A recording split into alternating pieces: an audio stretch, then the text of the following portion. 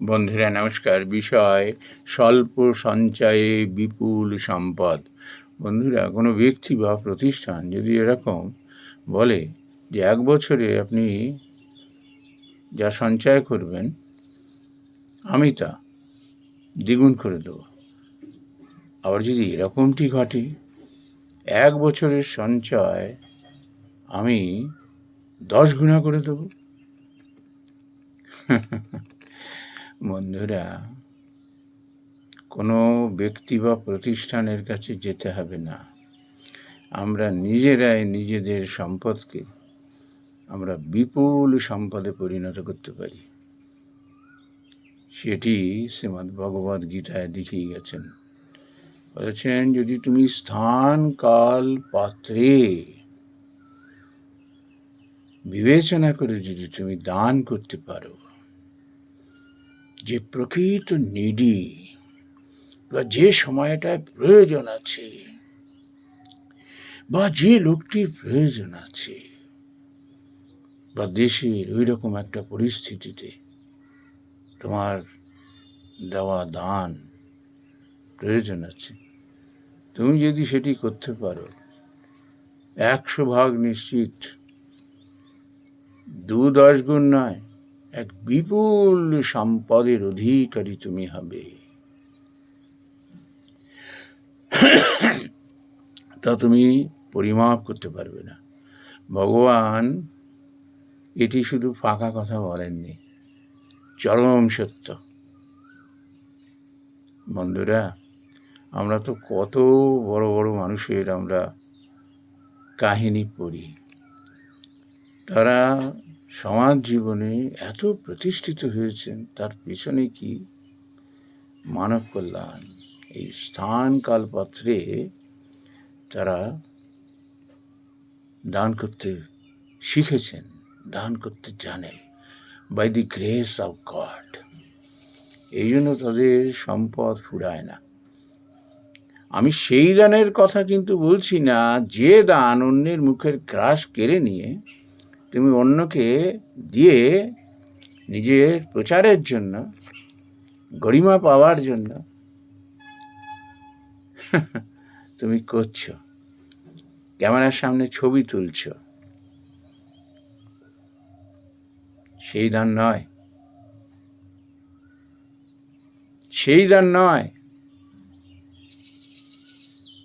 যে অর্থ সম্পদ তুমি খেটে খাওয়া মানুষের পকেট কেটে নিয়ে উচ্ছিষ্টের মতো এদিক ওদিক ছিটিয়ে দিয়ে বড় বড় প্রচার করে বেড়াচ্ছ, নিজের জয় ঢাক নিজেই পেটাচ্ছ, নিজেকে মহান করে চলবার চেষ্টা করছো, সেই দান নয়। এ দান কষ্টার্জিত, মেহনতের, মাথার ঘাম পায়ে ফেলার, রক্ত ঝরার যে আয়, রক্ত ঝরে মানুষ যে আয় করে, সেই আয় যখন সে মানব কল্যাণের স্থান কাল পাত্রে দান করতে পারে, সেই দান, এই দান কখনো ফুরায় না।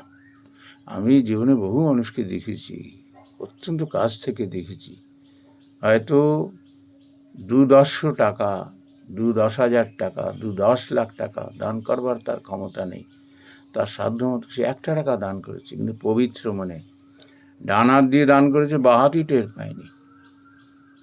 এখন তো কিছু কিছু মানুষকে দেখছি, তারা আবার কেউ কেউ ভেগ ধারণ করে একা একা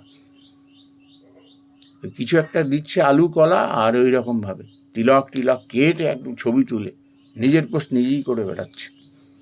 আর কিছু ক্ষমতাশালী লোক তারা বলে যাচ্ছে যে মানুষ সব বোঝে, গরিব মানুষের কষ্টের পয়সা তারা ওই এঁটো কাটার মতো ছুটিয়ে দিচ্ছে, আর নিজেরা সেই গরিব মানুষের রক্ত চুষে ভোগ বিলাস করছে। এদের মতো নিকৃষ্ট পাপই আর হয় না।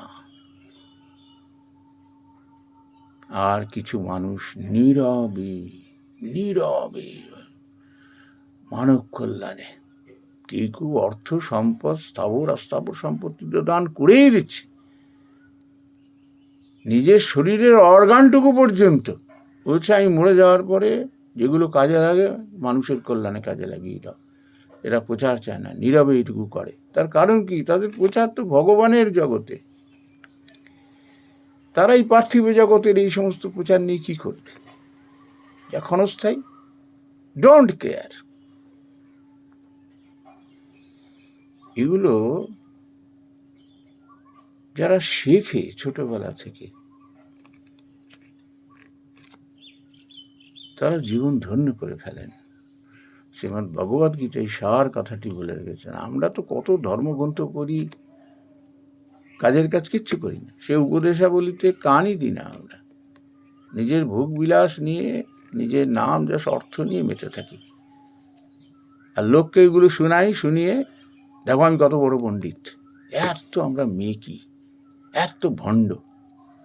আর যারা প্রকৃত নির্যাস, যারা শ্রীমদ্ ভগবদ গীতার উপলব্ধি করেছেন, তাটি এইটি: স্থান কাল পাত্রে তুমি দান করো, ডান হাতে দান করবে, বা হাত টের পাবে না। ভগবানের জিনিস তুমি ভগবানকে দিচ্ছ, গঙ্গা জলে গঙ্গা পুজো, এটি মনে করে করো। তার সম্পদ কোনোদিনও ফুরাবে না। সে যদি দিন আনা দিন খাওয়া লোকও হয়, তার ভাতের অভাব হবে না।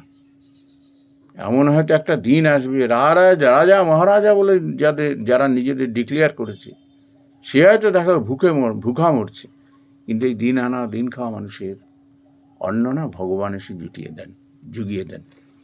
সৎকর্মের এমন তেজ থাকে, ভগবান এসে তার পাশে দাঁড়ান। বন্ধুরা, এটি মিথ্যে কথা নয়, এটি বাড়িয়ে চেরিয়ে করার কথা নয়। যে মানুষের 1 টাকা দান করবার ক্ষমতা আছে, আমি নিজে দেখেছি কিভাবে দান করে তারা, কিন্তু কেউ টের পায় না। এসব দেখার পরে না মনে হয় যে এই মানুষগুলো কি মানুষ না ভগবান? আমরা তো অনেক সময় দেখেও আমরা শিখি না। তার কারণ কি? স্বার্থপর মন, অহংকারী মন অপবিত্র হয়ে ওঠে। আমরা দেখেও দেখি না, শুনেও শুনি না। নমস্কার বন্ধুরা।